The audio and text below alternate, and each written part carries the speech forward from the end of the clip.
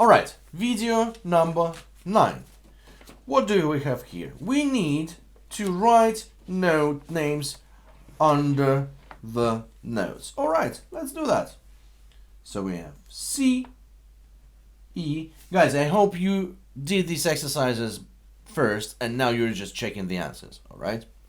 C, E, G, B, D, F, A, C, G, C. Then C, D, D, G, A, F, E, B, C, F. C, B, A, F. Guys, tell me, how many of you made the mistake here?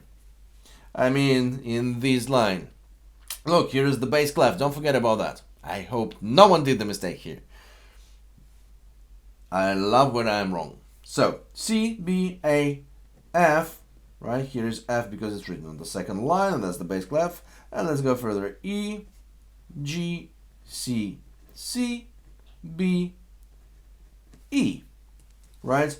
And then we have, again, the bass clef. F, G, A, B, A, F, D, D, E, G. Why I asked you to do this? Because I want you to get a habit of reading notes, and it would be really nice if after writing all the note names in this exercise you would find these notes on the piano and play them. Good luck with that. Thank you.